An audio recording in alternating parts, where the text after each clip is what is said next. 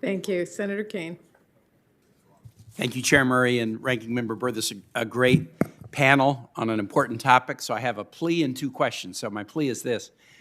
I'm speaking to you as representative of the entire nation's workforce development professionals. Many of you use the phrase soft skills.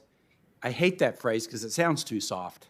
When I talk to my employers, they really want technical skills, but in some ways even more, they're looking for creativity, problem solving, teamwork, communication, show up and be mission focused and stay till the work is done. And they almost have a harder time finding that than the technical skills. And they can sometimes train for the technical skills, but it's hard to create that. So I always use success skills or survival skills rather than soft skills because I think it sort of elevates it to the importance it deserves. So that's my plea. Now, my question.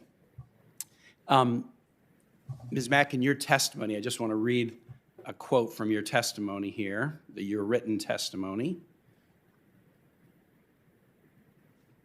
You talk about the barriers that folks have. Quote, workers lack access to foundational and technical skills and do not have resources to pay for training courses while also supporting their families. This means public policy is not doing enough for families around the country to enable them to fill good jobs for which businesses are hiring.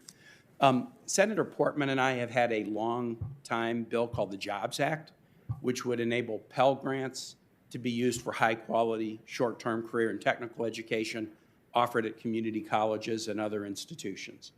There are 49 senators, including many on this committee, who are co-sponsors of the bill.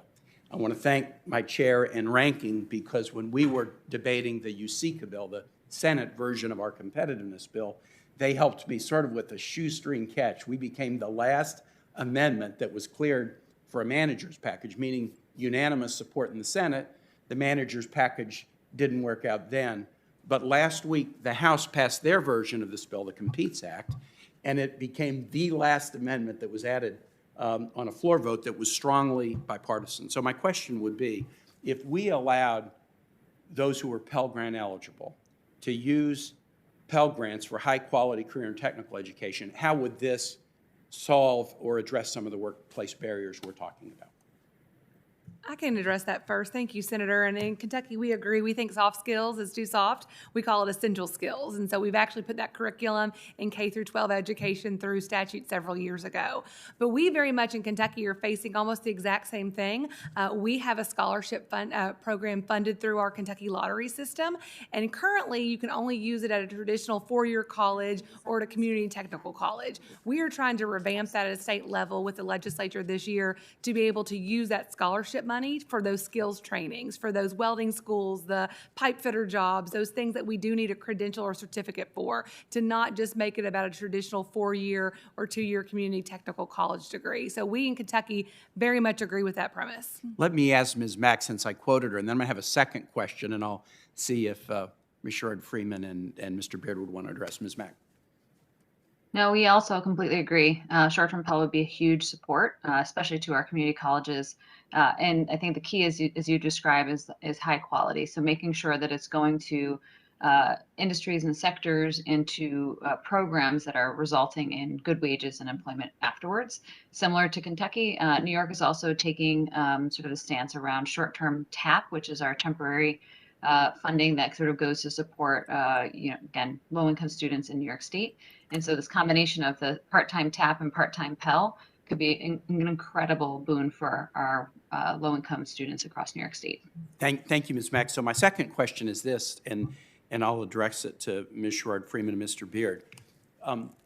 Probably because of the way the title of this hearing is set up, and a little bit because of jurisdictional issues in the Senate, I was interested. We had a discussion about workforce, and not a single one of you mentioned immigration. When we talk about immigration up here, we almost always talk about the border. But when I talk to my employers, my ag employers, or my construction industry, or my oystermen and watermen on the Chesapeake Bay, they're often talking to me about TPS or work visas. How much of our nation's workforce needs need to incorporate smart immigration policy? Thank you for the question, Senator. So we believe smart immigration policy is essential to helping rebuild America's workforce.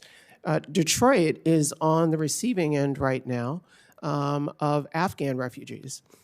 We have approximately 200 housed in a hotel while we work to find permanent housing. And one of the first things we're doing is being sure that those refugees have the documentation and the resources they need to quickly connect with jobs that will lead to economic stability, support their housing, and ultimately help them be important parts of the community fabric in Detroit.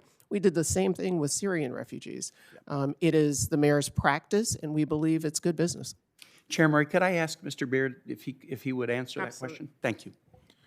Senator, we would obviously be very supportive of a skills-based immigration policy. We think that there is a shadow economy that's hurting many employers because they can't access workers that are here in the country. So we've got to find a solution to that. It's not an easy one, obviously.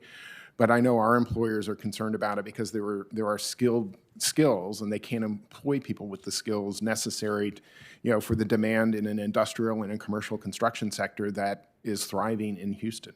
So we would support it. Great. Thank you. Thank you, Chair Murray.